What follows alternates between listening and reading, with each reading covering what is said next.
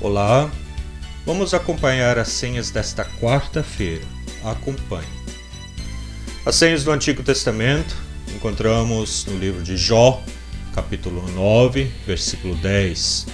Deus faz coisas grandes e maravilhosas, e os seus milagres não têm fim. Jó aqui defende o seu Deus. Depois dos amigos o provocarem, ele defende que Deus que fez grandes e maravilhosas coisas, e os seus milagres não têm fim. É um testemunho do poder e grandeza de Deus, mesmo na dificuldade. E é isso que o versículo nos quer incentivar. Na alegria e na tristeza, Deus sempre está do nosso lado. E Deus espera que o defendamos e o testemunhemos em todos os momentos. Quando as coisas vão bem e também quando não está funcionando como sonhamos ou até planejamos. O que não podemos esquecer é que é o Trino Deus que está sempre ao nosso lado para ajudar a nos levantar, o nosso rosto para encarar qualquer situação. As senhas do Novo Testamento encontramos no Evangelho de Marcos, capítulo 4, versículos 26 a 28. O reino de Deus é como um homem que joga semente na terra. Quer ele esteja acordado, quer esteja dormindo, ela brota e cresce, sem ele saber como isso acontece. É a própria terra que dá o seu fruto. Primeiro aparece a planta, depois a espiga e mais tarde os grãos que enchem a espiga. Esta é a única parábola que aparece apenas em Marcos. Ele é o único que nos relata. O reino de Deus significa o governo ou reinado divino. Significa aquele dia em que todos aceitarão a vontade de Deus. E quando seja feita na terra, assim como no céu, esta é a meta, o fim de Deus para o universo inteiro. Esta parábola é breve, mas está cheia de verdades. Fala-nos da condição indefesa do ser humano. O agricultor não faz crescer a semente. Em última análise, nem sequer entende como é o crescimento. A semente possui o segredo da vida e cresce por si mesma. Nenhuma pessoa jamais possuiu o segredo da vida. Nenhuma pessoa criou nada no sentido pleno e total desta palavra. O ser humano pode descobrir coisas, pode reordená-las, pode desenvolvê-las, mas não pode criá-las. Nós não criamos o reino de Deus, o reino é de Deus. Por certo, nós podemos frustrá-lo ou até opor-nos à sua vinda. Também podemos criar condições nas quais o reino poderá manifestar-se de maneira mais clara, vir mais rapidamente e com maior força. Mas por trás de todas as coisas está Deus e seu poder e a sua vontade. Diz-nos algo com respeito ao reino. É digno de se ter em conta que Jesus use tão frequentemente exemplos que são dos processos naturais de crescimento para referir-se à vinda do reino de Deus. Jesus usa várias vezes exemplos da semente, do grão de mostarda, em relação a sementes, as coisas naturais da vida. O crescimento natural, em geral, é imperceptível, a gente não nota. Não vemos as plantas crescerem. Se tivermos uma planta diante de nós todos os dias, não nos daremos conta de como cresce. Somente quando a vemos, quando a gente se afasta dela durante algum tempo e depois voltamos a vê-la, podemos perceber a diferença. O mesmo ocorre com o reino. Resulta evidente que o reino cresce, mas não se compararmos hoje com ontem, e sim este 10 anos, 5 anos, sei lá, este dia com um bom tempo para trás. O crescimento natural é constante.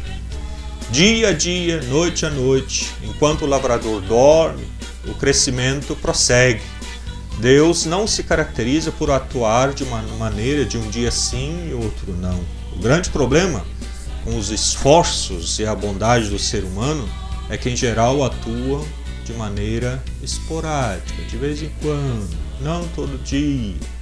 Um dia damos um passo para frente, no dia seguinte voltamos 2 passos, mas a obra de Deus continua sempre, silenciosamente, mas com segurança para a obtenção de suas metas.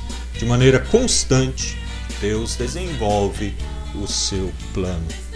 O crescimento natural é inevitável. Não há nada tão poderoso como o crescimento.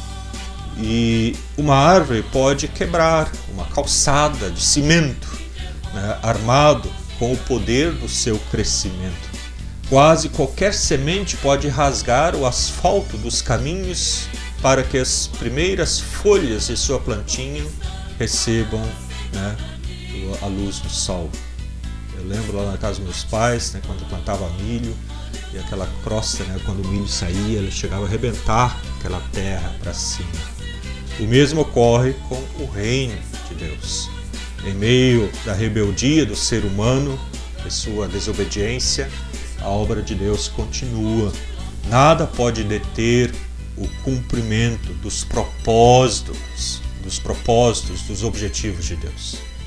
Diz-nos que há uma consumação nesse versículo. Há um dia, quando se fizer a colheita, é inevitável que, ao se fazer a colheita, duas coisas aconteçam, e que são os aspectos opostos e contraditórios de um mesmo ato. Recolhem-se as sementes ou os seus frutos, e a palha e a erva daninha são destruídas ou servem como esterco. Quando pensamos nesse dia que virá, as 3 coisas que devem chamar a nossa atenção. Trata-se de um convite à paciência. Somos filhos e filhas, muitas vezes com muita pressa, e inevitavelmente pensaremos sempre de uma maneira apressada.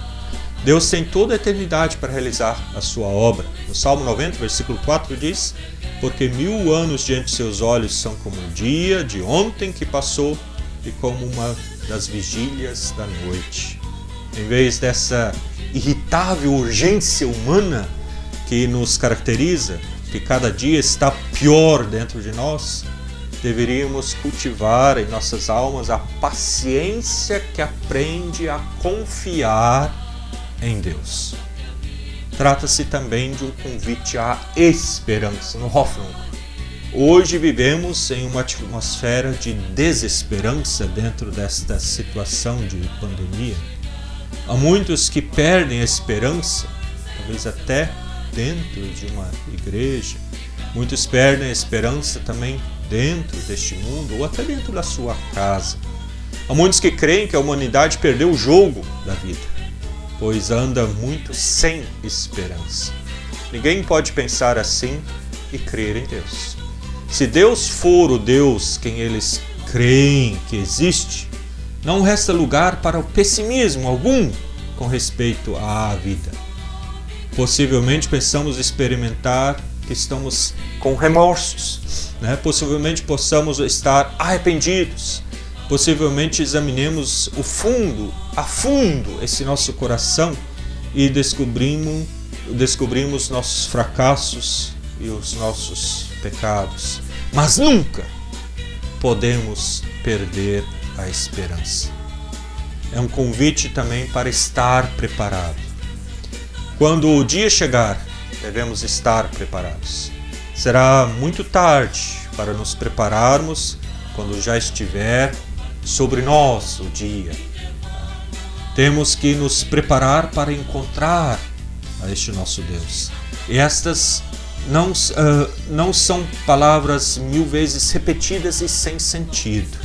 Se vivermos com esta paciência que não admite derrota, com esta esperança que não deixa lugar ao desânimo, e nesse estado de preparação, que sempre olha a vida à luz da eternidade, estaremos preparados.